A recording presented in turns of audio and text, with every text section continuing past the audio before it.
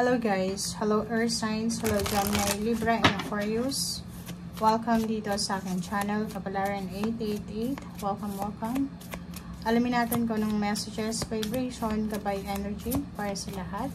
Tayo general reading, Earth Signs, Gemini, Libra, and Aquarius. I hope na makuha mo yung gustong ipahiwatig sa iyo ng universe, okay? So, Air Signs, sa araw na ito, sinasabi na lighten up, work through your feelings. So, same din sa Earth Signs, sa parang sinasabi sa inyo, Earth Signs and Air Signs na kailangan yung mag-relax, kailangan yung bawasan yung mga stress nyo sa buhay, bawasan yung mga bagay, sitwasyon, tao, na parang nagtitrigger ng iyong emotion. So, kailangan mong trabahuhin yung emotion mo, okay?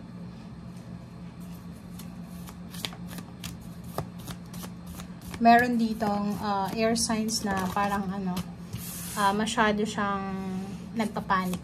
Pwedeng may anxiety or may panic attack. Okay. So, nakikita ko sa inyo dito, air signs na masyado kang nagpapanik para sa mga goals mo sa buhay, family life, relationship, financial, parang ganon. Or pwedeng nagpapanik ka sa mga anak mo kung may anak ka. Namumroblema ka sa pamilya, yun yung parang focus mo sa ngayon. Huwag ka daw mag-alala kasi sa araw na ito ay posibleng makakatanggap ka ng tulong galing sa Panginoon, sa universe, sa spiritual helpers, and sa guides mo. Okay? So, nakikita ko siya dito na huwag mong i-give up yung dreams, yung goals mo sa buhay, but make sure na pag alam mong pagod ka, kailangan mong tumigil or huminto.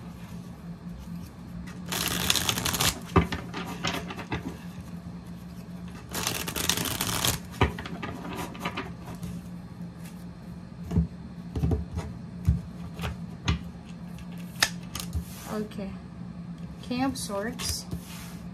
Oh, wow. So, nakikita ko sir dito na sa araw na ito, kailangan mong bigyan ng focus yung happiness mo, yung kalma sa buhay mo. So, ibig sabihin, kailangan mong bigyan ng sarili mo ng pagkakataon para maging masaya.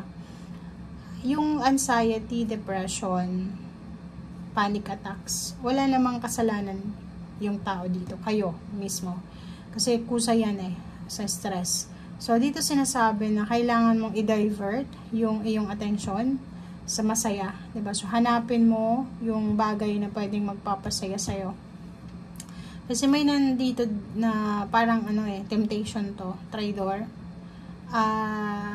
May nakapaligid sa'yo na parang ninanakaw niya yung kaligayahan mo, tinitempt niya yung parang dinidistract ka niya. Parang ganun. Okay? So, kailangan mo sa araw na ito ng temperance. Ibig sabihin, huwag tayong magmadali. Huwag tayong maging obsessive, impulsive sa mga gusto natin sa buhay. Kasi, pag naging impulsive tayo, naging obsessive tayo, magmamadali tayo, mawawalan tayo ng pasensya, mawawalan tayo ng focus.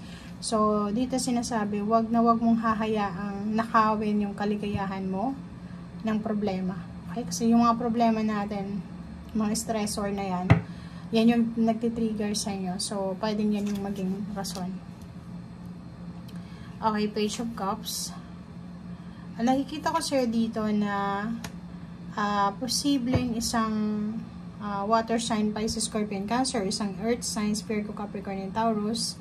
Pwedeng anak mo, manugang, kapatid, magulang, apo, parang ganun. So, pinsan, basta related sa'yo, sa usaping emosyon, siguro financially stable siya, pwedeng may ipon siya, alam mo na financially meron siyang maipoproduce, and sa araw na ito is pwedeng gusto mong mangutang, or gusto mo munang, humingi ng pabor sa usaping pera, pero ang problema is pwedeng i-decline ka niya. So, medyo sasama yung pakiramdam mo, medyo hindi mo magugustuhan ito. Okay? So, may hinihintay ka na job offer, or pwedeng may hinihintay kang balita from far places. Okay? Maraming lugar siya. It's either sa ibang bansa, or pwedeng sa Luzon, Visayas, Mindanao. And, nakikita ko siya dito na naghihintay ka pa rin sa ngayon. Pero, ang sinasabi ng Four of Swords dito na huwag kang masyadong magpapanik, huwag kang masyadong mag-alala kasi on the way na ito. Okay? So, relax ka lang. Wow! Isang family life celebration. So, yun. Ang ganda. So, nakikita ko share dito na isang balita tungkol sa pamilya. Isang balita tungkol doon sa nangangailangan ng freedom, ng financial freedom or emotional freedom na kapamilya ang makakatanggap ng good news ngayon. Lalo sa pera and sa emotion. May busy sa pag-a-apply ng trabaho, paghahanap ng trabaho. May busy din sa pagpa-process ng emotion niya.